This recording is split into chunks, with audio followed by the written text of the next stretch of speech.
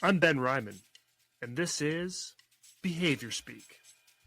And I was the first RBT in my entire country, which is not very big. We are 6.5 million people, but still, I was the first RBT. And so, prior to you becoming certified as an RBT, was anybody practicing behavior analysis in Bulgaria in any way? No one. There were few colleagues that they heard something about applied behavior analysis, they read some books, and unfortunately they had this Lova's book.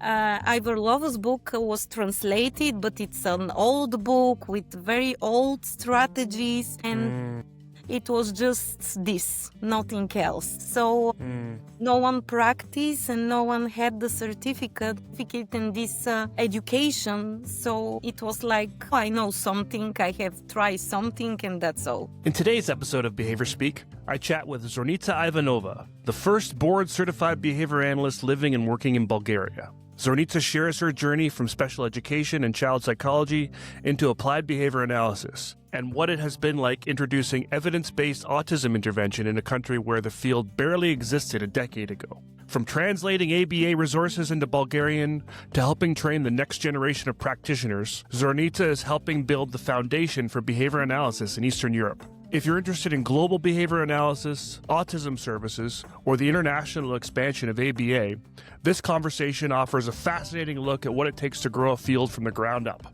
This episode is presented by our founding academic partner, the Doctor of Education in the field of Applied Behavior Analysis program at Western University's Faculty of Education. Welcome to Behaviour Speak, Zornitsa. Hi, thanks for having me. Yeah, I'm excited to talk to you today. All right, Zornitsa, tell me a little bit about you. Well, my name is Zornitsa Ivanova. I'm from Bulgaria. I'm a certified BCBA and certified IBA, working here in my country, Bulgaria, in the capital of Bulgaria, Sofia.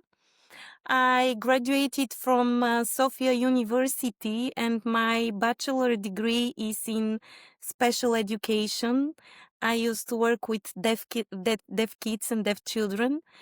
And then one nice summer, I decided to enroll like a volunteer in a kindergarten with group with the kids with different disabilities. And then there I met for the first time autistic kids, and I was in a way fascinated, in a way afraid, in a way surprised, because they were quite different from the disabilities that I have met and worked before. And this was the turning point that I decided to just take a new professional path, and I decided to start work with autistic kids. So because of that, I continued my education and I graduated from Sofia University with a master degree in child psychology. Meanwhile, I was talking with a mom of autistic kid, and she started telling me more about her son, and she introduced me to him, and she developed a daycare center for kids with autism, and I started to work there. But pretty soon I realized that simply liking and loving the kids was not enough to help them to develop.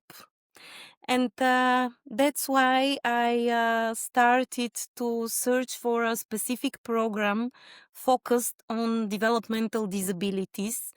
That's how I went through floor time, through PECs, through Teach, and I had some colleagues that they implemented Montessori and all this kind of different therapy. But everything felt somehow fragmented, and it was like not enough for me. And the only inaccessible program was Applied Behavior Analysis. So this was my dream for a couple of years. And one day I heard about a program held entirely in English in Greece, which Hmm. is close to Bulgaria. Actually, we are bordered by Greece on our south part of Bulgaria. So, guess who was the first one enrolled in this program? It was me. Hmm. It was through this ACP. I think that this route it's not possible anymore, but Hmm. back then it was possible. So I graduated and I certified as a BCBA, and I was the first Bulgarian living and working in my country with this certificate. I had Wow. couple colleagues, Bulgarians, that they were BCBA or BCABA certified or RBTs, but they were working abroad, not in my country, Bulgaria. So in a way, it was really challenging and it was really difficult in the beginning. My professional role was quite different then, so I had some troubles and it wasn't easy. But I was really proud that I achieved this back then. Hmm. So, for a bit of a timeline, when were you certified as a BCBA? Well, I was certified in 2019. Oh, wow. Yeah, and before that, I was RBT certified in 2014. And I was the first RBT in my entire country, which is not very big. We are 6.5 million people, but still, I Hmm. was the first RBT. Hmm. And so prior to you becoming certified as an RBT, was anybody practicing behavior analysis in Bulgaria in No, any way? no one, no one. There were few colleagues that they heard something about applied behavior analysis. They read some books, and unfortunately, they had this Lova's book. Ivor Lova's book was translated, but it's an old book with very old strategies, and Hmm. it was just this, nothing else. So Hmm. no one practiced and no one had the certificate and this education. So it was like, oh, I know something, I have tried something, and that's all. Hmm. So you told me a little bit about some of the things you tried before you found ABA, Floor Time, Teach, Montessori, and others. What had folks in Bulgaria been doing prior to 2014 besides yourself and with autistic folks? How were they being supported? What was the scenario there?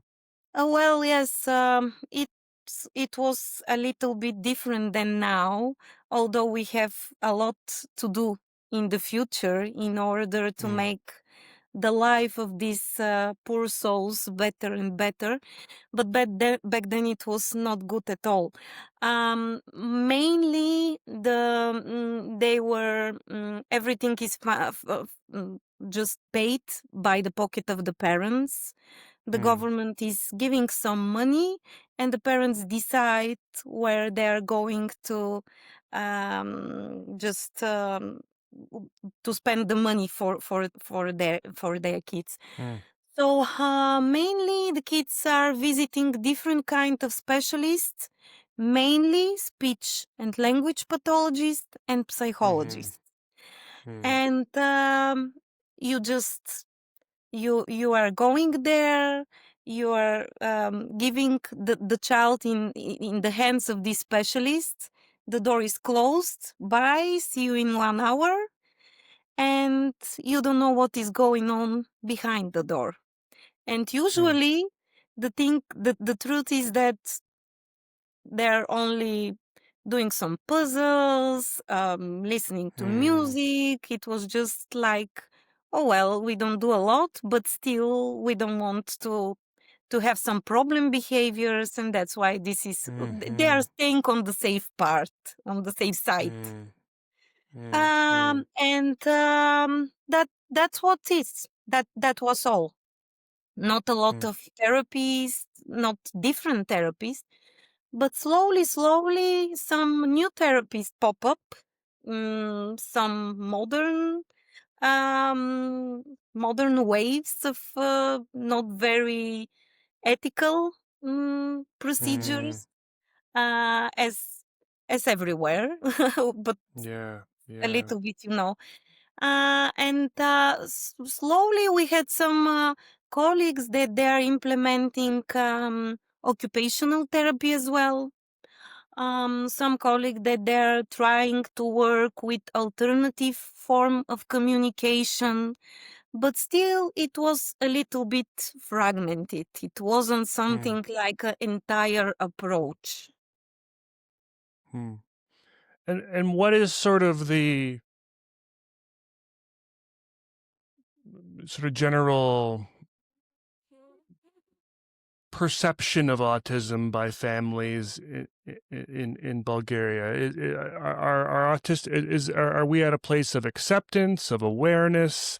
Is there a lot of access to diagnosis? What's that landscape?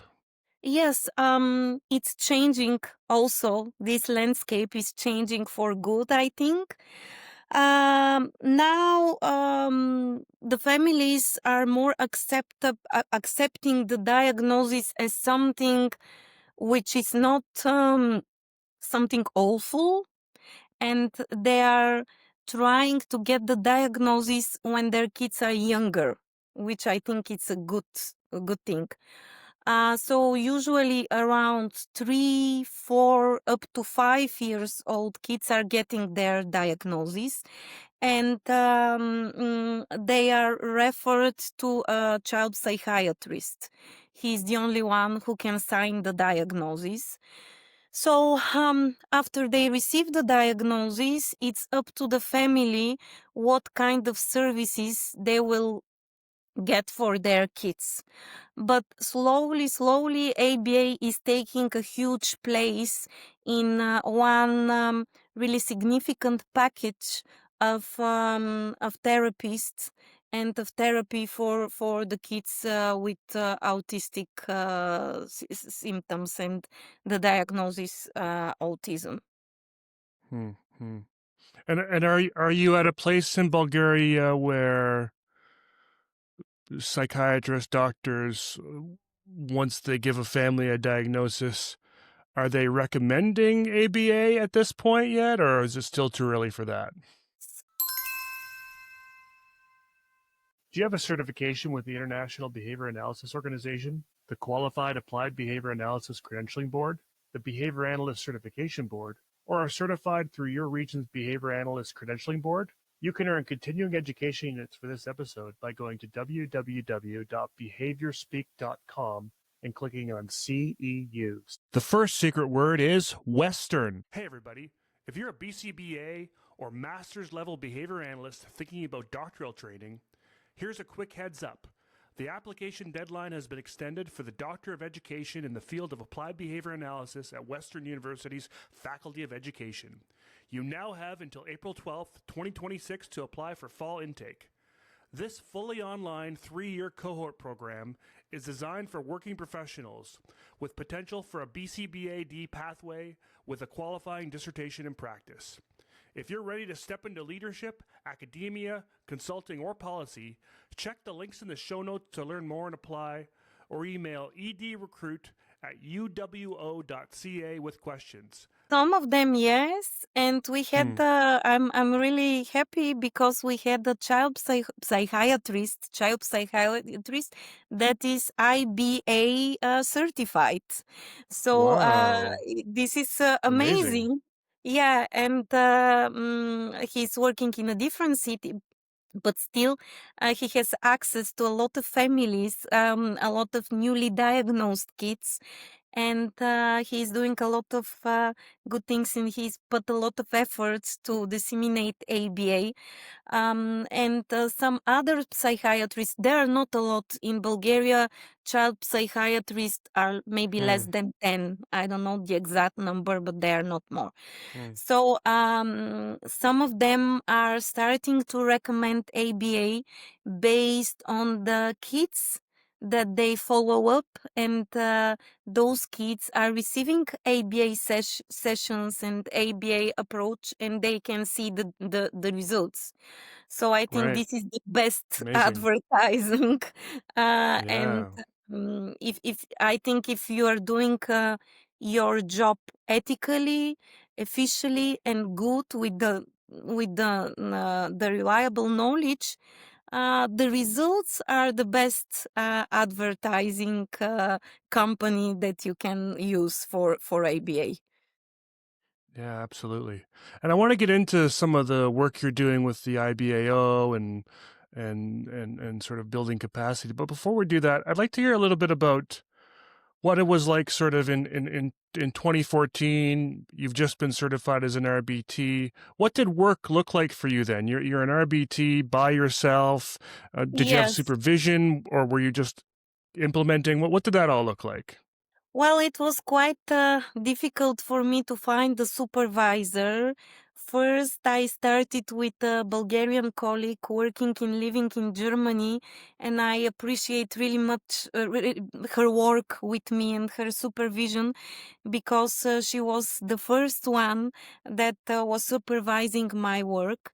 And I was very happy. And after that, I was searching for a different supervisors, because I think that as much as you have supervision with different supervisors from different countries, with different culture, with different Mm, professional backgrounds, it's really nice for you as a professional. But I was working back then in a daycare center, and the landscape there wasn't really friendly with ABA, mm, because it was a little bit eclectic with a lot of approaches, and in a way, everyone was looking at the behaviors from their specific perspective, and I mm, started to feel a little bit constrained. So mm, I decided that I'm going to quit my job there, and I started my own company, and I mm, was doing and implementing ABA in the home of the kids, and I was working with the family directly, which was mm, something new for Bulgaria. mm, Most of the kids, as I told you, they are visiting some centers and some private therapists. No one is going to their home and to their natural environment. mm, So it was really difficult, because occupational therapies, they look at the problem behaviors from totally different perspective. Clinical psychologist as well. And mm, we, as a ABA specialist, we have very specific, we are analyzing the problem behaviors in very specific way, and the functions that we are trying to figure out, they're very specific, and it's really difficult to work as a ABA just in this kind of team with a lot of different colleagues with different backgrounds, and with different professions. I know that this is one of the goals of ABA, and it's rolled out in the ethical code to find a common ground with different professionals and different colleagues. But it's not easy when you are mm, alone, when you are mm, just one. So it wasn't easy, and that's why I just decided not to get into some conflicts, but to try to do something on my own. mm, mm. That's amazing. And so, can you tell me, was there sort of uh, is there a kind of an early case that stands out for you that really um, I think first off, showed you the power of sort of this approach with autistic folks, and then maybe another one that maybe started to open the eyes of other people that this might be a good way of doing things. Mm-hmm. Well, it's a very interesting question now when I'm trying to remember, but I don't know. It's like for me, like ABA was always for me. I don't know why. Yeah, There was no yeah. specific. It's the way of thinking. It's the way Mm-hmm. of your logic, as you Right. just your everyday life. And I was meeting a lot of different approaches, as I told you, floor time, packs, and I Mm. said that's not for me. There is something that is waiting for me, and it's not that. Mm-hmm. So Yeah. the first book that I bought back then about ABA, I think it was Mary Barbera's book, Verbal Behavior, I think. And Yes. I was wow, I think that's my thing. I think Mm-hmm. that's and I Mm-hmm. was pretty sure that ABA is for me. And Mm. just to mention something really exciting, before 2 years, I wrote to a couple of publishing houses and in Bulgaria, and I proposed them to translate exactly this book, and they said yes. Wow. So this was the first book translated in Bulgarian, which is related more specifically to applied behavior analysis. Oh, amazing. Uh, Yeah.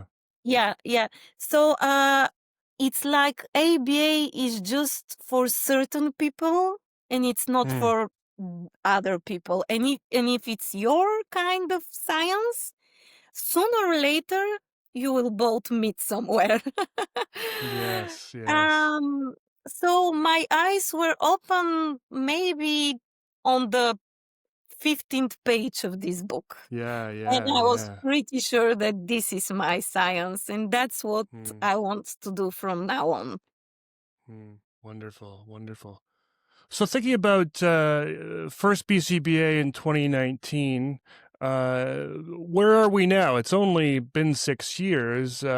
How has the field grown since you first were certified? Well, I'm really excited that the field is growing, and you are very right, Ben, that it's been only 6 years, but I think that we achieved a lot. Now we are, you know, the American board, they shut the door for us, so we are two BCBAs and I think two RBTs only, and that's Mm. all. We can't grow anymore. But from the international board, now we are around 15, I think. Mm. 15. Most of us are IBAs, International Behavior Analysts. Also, several programs in Bulgarian started already. Also, a master program in one university as well. Wow. So I'm very excited that maybe in the next year we'll double our amount as a certified colleagues in Bulgaria. And the next week we have our first, very first meeting of all certified colleagues in Bulgaria, no matter BCBA, RBT, IBA, IBTs, or whatever, we will Mm. meet and we will try to build something together.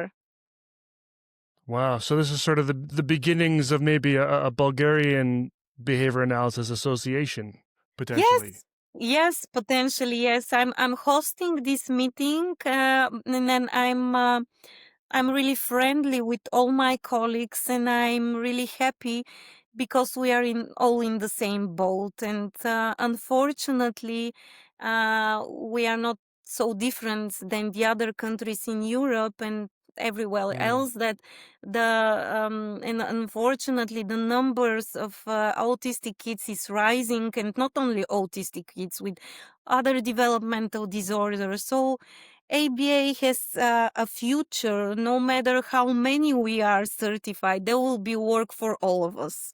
So my Mm-hmm. goal is to disseminate ABA and to reach broader and broader families and colleagues and to inspire them to follow my professional road back then.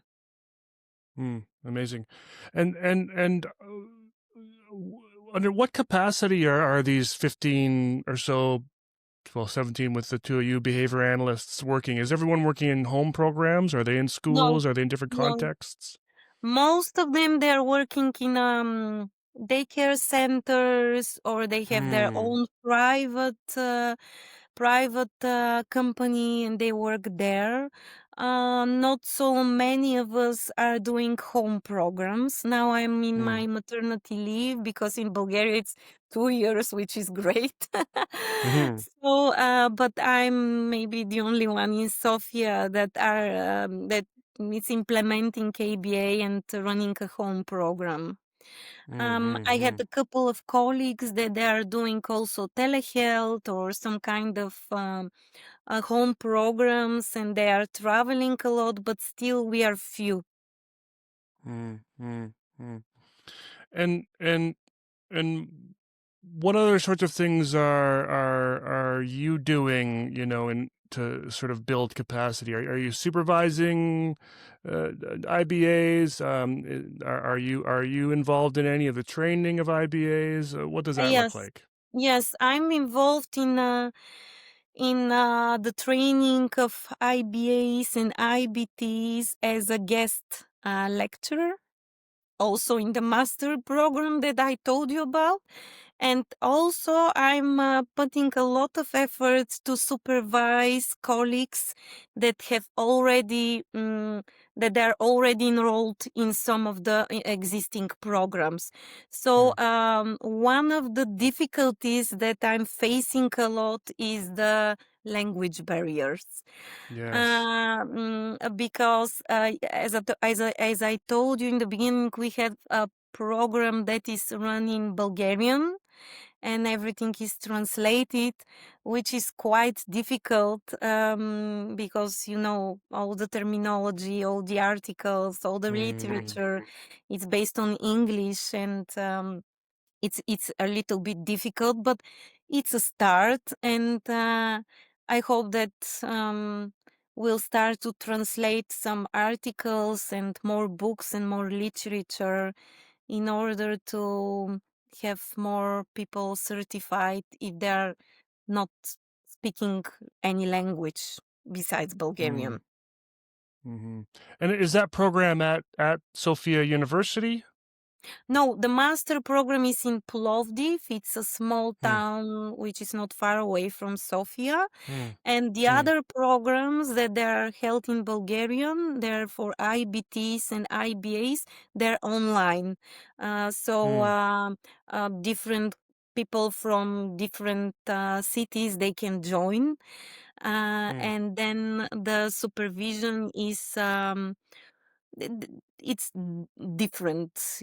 Either Hmm. they're finding someone who is supervising their job directly or indirectly. It's up to them. Right. And Yeah. and does the IBAO have an exam in Bulgarian? Yes, we have the IBA exam in Bulgarian. Also, the documents were translated in Bulgarian, but they just need some editorial work. We need to edit Hmm. some things. Hmm. And soon I hope that till the end of this year, the IBT exam will be translated also in Bulgarian. So Hmm. we'll Hmm. close the circle. Hmm. Hmm. And and still early days. What's sort of the outlook for autistic folks as they get older in Bulgaria, especially when they Well, get yeah. into adulthood? What does that look like? Well, that questions really makes me sad because Hmm. most of the efforts are focused on um, early intervention or young Hmm. kids, And when they are Mhm. getting older and older, unfortunately, they don't have a lot of opportunities here to develop or to just to, I don't know, to visit some meaningful activities and to receive some Mm. meaningful teaching or work.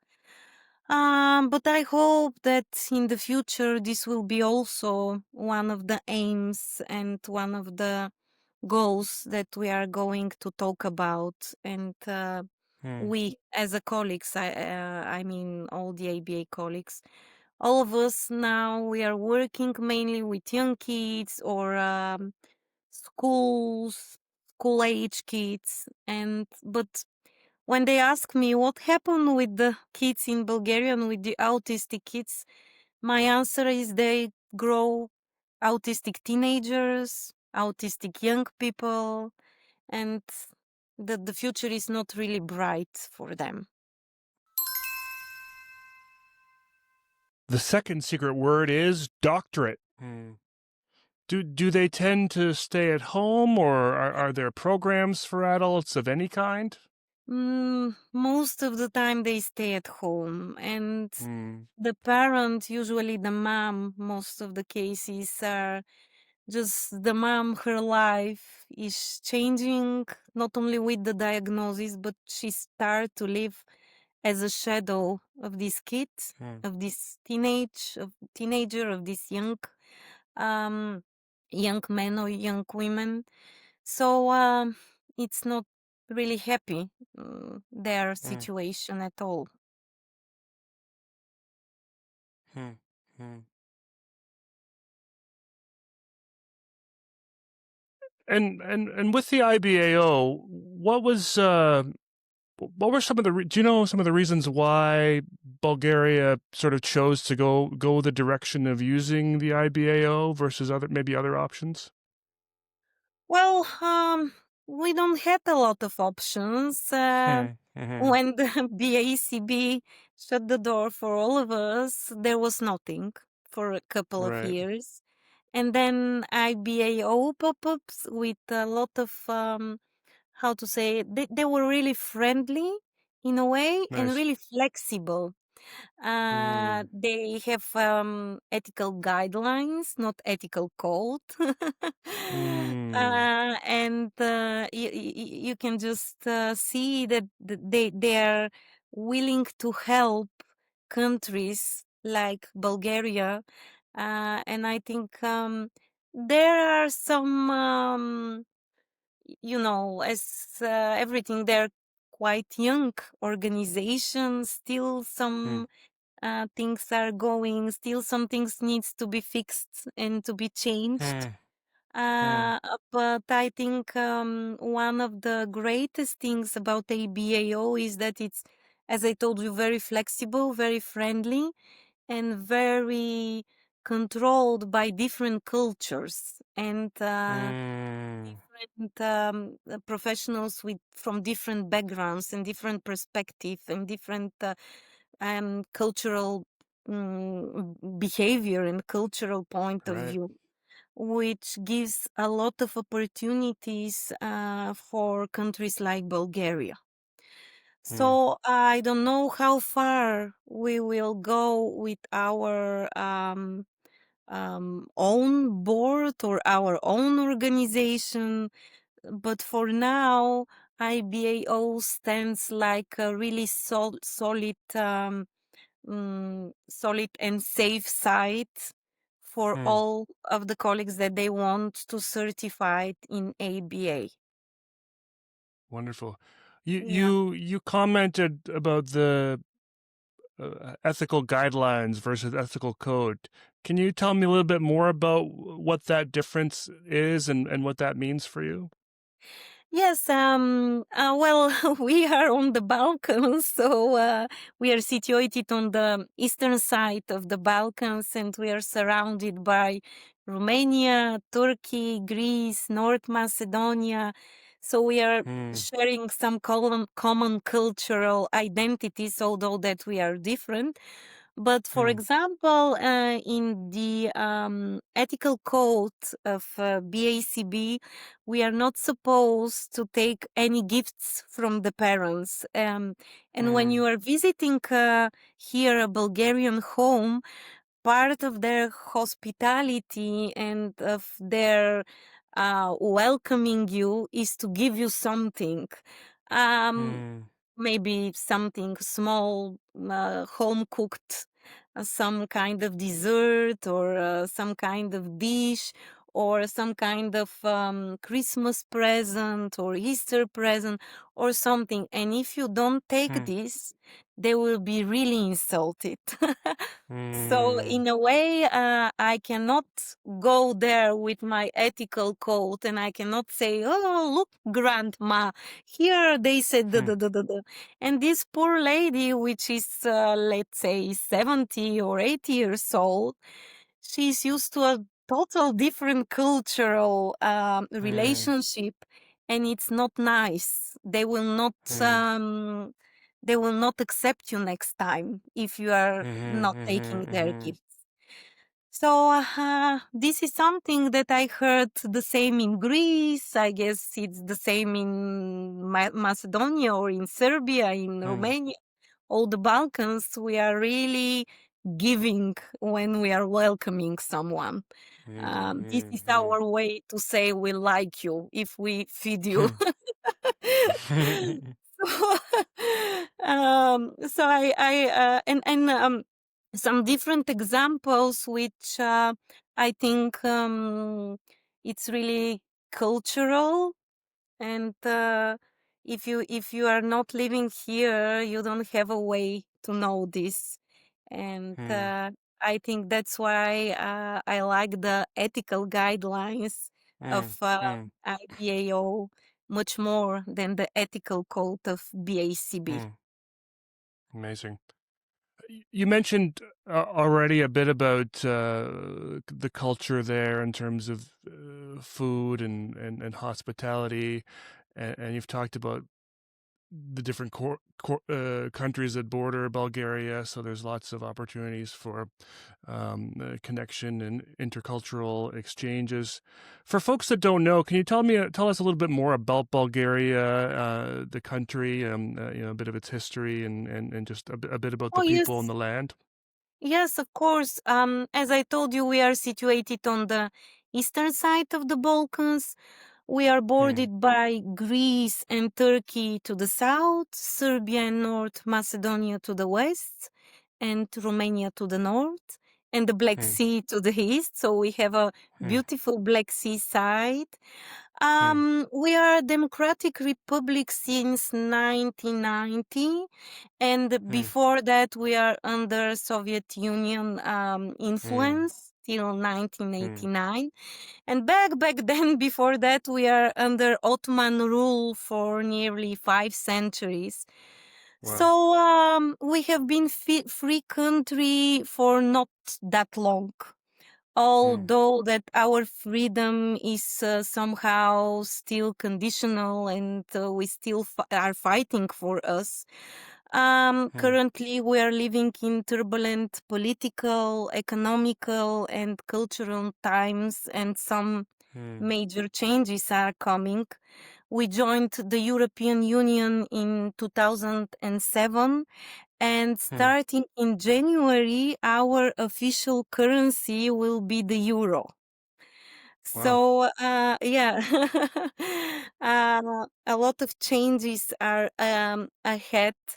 And as I told you, nowadays, these days are very turbulent. We have a lot of people fighting for freedom and for changes and for some government changes. So I'm really happy that I'm witnessing and I'm living in two entirely different countries. It's like the Bulgaria before 1989 was quite different than Bulgaria now, and I'm growing in like in two Bulgarias. and I can make the difference. But young people are very concerned about the future of Bulgaria, and they were trying to escape from Bulgaria. Now they are trying to stay in Bulgaria and to change Bulgaria for better, which is great. These Yeah, are lovely. interesting times to live in. Absolutely. So what are some of your future goals? You've been doing this for 6 years as a BCBA, 11 years as an RBT. What Yeah. what are some of your plans for the future? Well, to be honest, I'm not quite sure will I go back to direct implementing ABA in home programs. I don't know if I'm going to go back again doing this, but I'm really, really enthusiastic and really energetic to disseminate ABA, to prepare more colleagues, to supervise more people that they want to get some certification. I want to build really strong professional background here in Bulgaria. Now we are more colleagues, and I really want to work with them together and to achieve something meaningful together.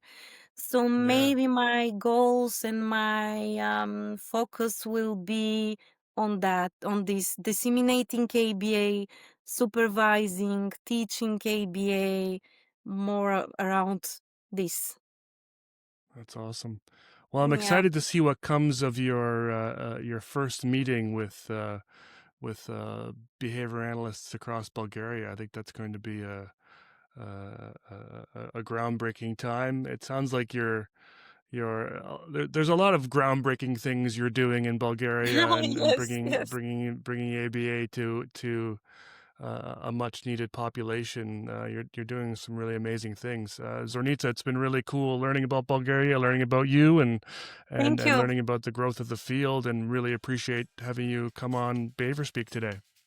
Thank you for the opportunity. Thanks a lot, Ben. Thanks for all that you're doing. Right on.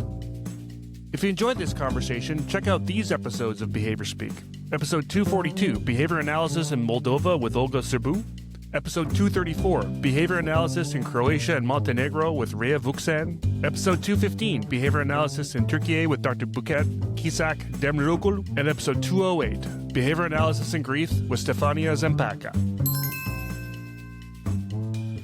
The third secret word is online. You can find us on Instagram and TikTok, and subscribe to our YouTube page at Behaviour Speak.